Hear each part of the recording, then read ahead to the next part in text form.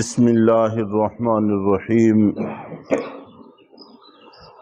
وآت المال على حبه ذوی القربى والیتامى والمساکین وابن السبیل والسائلین وفی الرقاب۔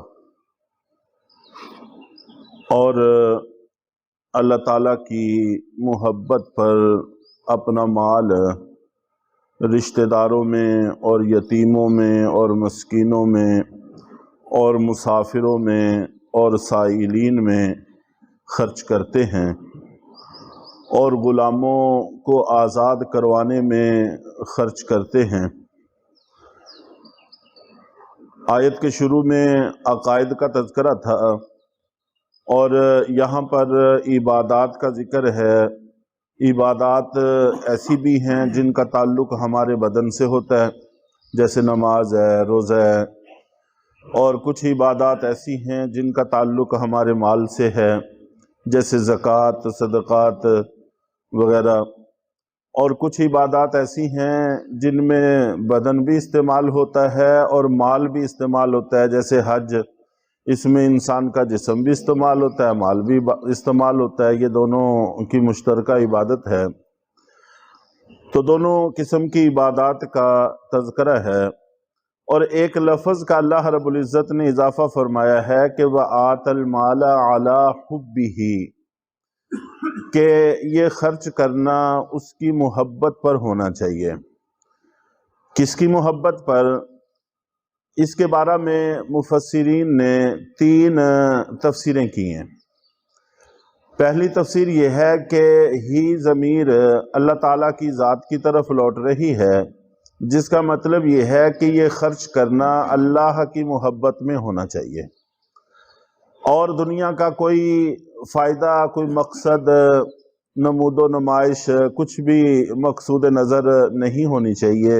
خرچ کرنا صرف اللہ کی خوشنودی اور اللہ کی رضا کے لیے ہونا چاہیے، اس لیے کہ مال بھی اسی نے دیا ہے، خرچ بھی اسی کے بندوں پر کرنا ہے اور اسی کے حکم سے کرنا ہے، اس لیے رضا بھی اسی کی پیش نظر اور مقصود ہونی چاہیے۔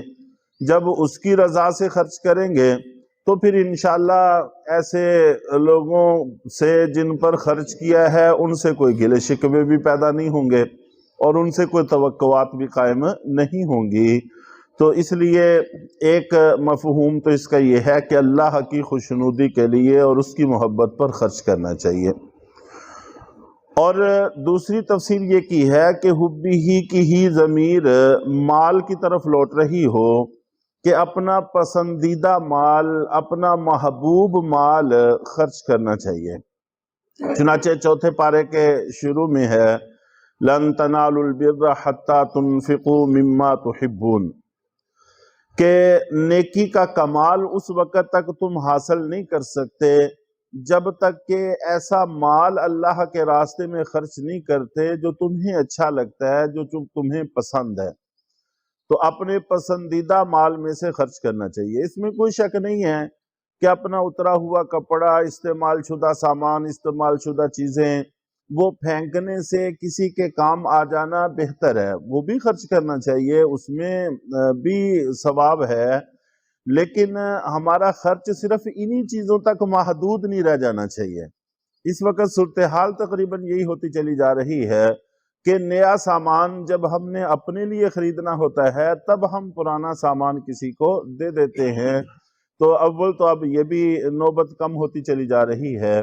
تو اپنے خرچ کو صرف اس حد تک محدود کر لینا یہ اچھی بات نہیں ہے، بلکہ جو سامان اپنے آپ کو اچھا لگتا ہے، اپنے استعمال میں لانے کو جی چاہتا ہے، اس میں سے بھی ہمارا خرچ کچھ نہ کچھ ہوتے رہنا چاہیے۔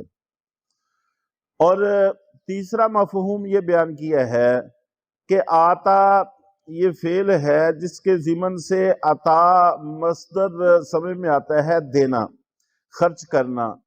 یہ جو ہمارا خرچ کرنا ہے یہ خوش دلی سے ہونا چاہیے، محبت سے ہونا چاہیے، اس میں کوئی دلی تنگی نہیں ہونی چاہیے۔ خرچ تو آدمی کر رہا ہے لیکن خوش دلی اس خرچ میں شامل نہ ہو تو تب بھی ظاہر ہے کہ پورا فائدہ حاصل نہیں ہوتا۔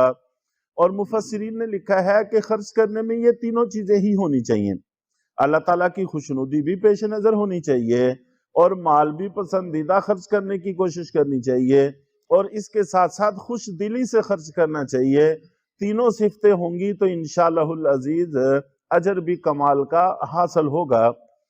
اور یہ خرچ کرنا رشتہ داروں پہ بھی ہو، یتیموں پہ بھی ہو، مسکینوں پہ بھی ہو، مسافر سے مراد ایسے لوگ ہیں کہ ان کے پاس اپنی جگہ پر مال تو موجود ہے، لیکن اتفاق سے کسی ایسی جگہ پہ ہیں کہ وہ اپنے مال سے فائدہ نہیں اٹھا سکتے، تو اس لیے ان پر خرچ کرنا تاکہ وہ اپنے مال تک، اپنی منزل تک پہنچ جائیں، تو یہ بھی اچھا اور اجر کا کام ہے، تو اس میں بھی خرچ کرنا چاہیے۔ اور جو سائلین ہیں اور ضرورت مند ہیں ان پر بھی خرچ کرنا چاہیے، اور غلاموں کو آزاد کروانا، خرید کر آزاد کرنا، اس میں بھی خرچ کرنا چاہیے، یہ بھی اجر و ثواب کا کام ہے۔ وَأَقَامَ الصَّلَاةَ وَآتَى الزَّكَاةَ، اور وہ نماز قائم کرتے ہیں۔ یہاں سے بدنی عبادت کا ذکر ہے، اور بدنی عبادتوں میں سے سب سے اعلیٰ نماز ہے، تو جب سب سے اعلیٰ کا تذکرہ آ گیا تو ضمن میں ساری ہی عبادات کا ذکر آ گیا۔ نماز قائم کرتے ہیں اور زکوٰۃ ادا کرتے ہیں۔ وَالْمُوفُونَ بِعَهْدِهِمْ إِذَا عَاهَدُوا، یہاں سے معاملات کا ذکر ہے کہ ہمارے معاملات، لین دین، آپس کے جو تعلقات ہیں وہ بھی ہمارے درست ہونے چاہیے۔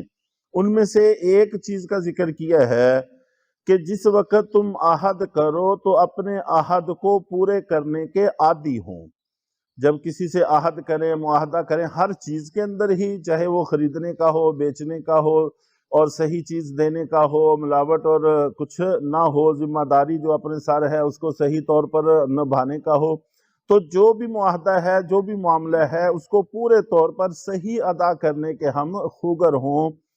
تو یہ بھی بڑا ضروری ہے کہ جب وہ عہد کرتے ہیں تو اپنے عہد کو پورے طور پر نبھانے کے عادی ہوتے ہیں۔